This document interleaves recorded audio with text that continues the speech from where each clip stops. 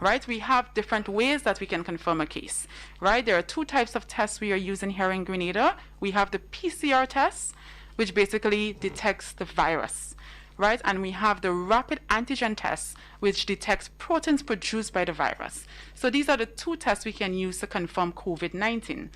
Now, as it relates to PCR tests, if a person is symptomatic or asymptomatic and they have a positive PCR test, they are considered as a case, right? Now let's move on to the antigen tests. A symptomatic person with a positive rapid antigen test is counted as a confirmed case of COVID-19.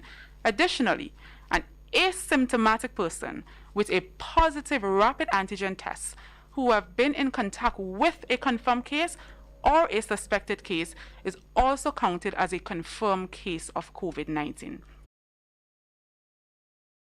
Currently, Grenada is at a stage where we have community spread of COVID-19. By that I mean you have cases in the community and persons do not know, for instance, where or whom they got it from, right? So since we have confirmed community spread, we have started using this method. And this method is not unique to Grenada again. This method is even recommended by WHO and is also being used in other countries throughout the region to detect positive cases in the context of community spread. PCR test, right, is the most sensitive test for detecting COVID-19. Why is that so? Because it detects the actual virus, right? Now, antigen tests detect proteins produced by the virus. Now, in cases where persons are symptomatic and they have a positive antigen test, that test is highly sensitive to pick up the disease, and it is also very specific for COVID-19. Now, the sensitivity, meaning how readily will it detect a positive case, drops when the person is asymptomatic. That is why we have the additional aspect of it.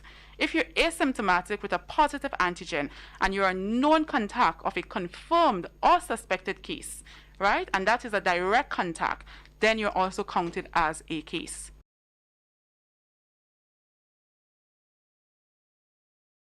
That antigen test, right, it is specific for COVID-19 in that it detects the protein produced by SARS-CoV-2, which is the virus that causes COVID-19.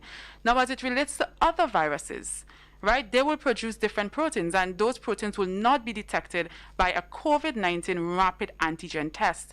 That test is specific for COVID-19. Now, as it relates to antigen tests, the main concern for antigen tests is what we call false negatives.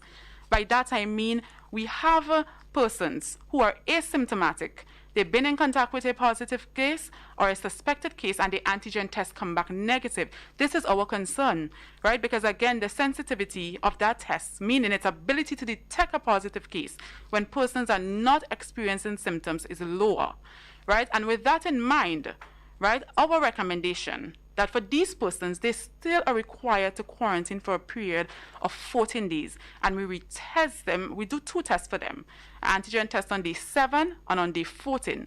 Just in the event that we missed on day 7, and that was a false negative, we will be able to pick it up on day 14.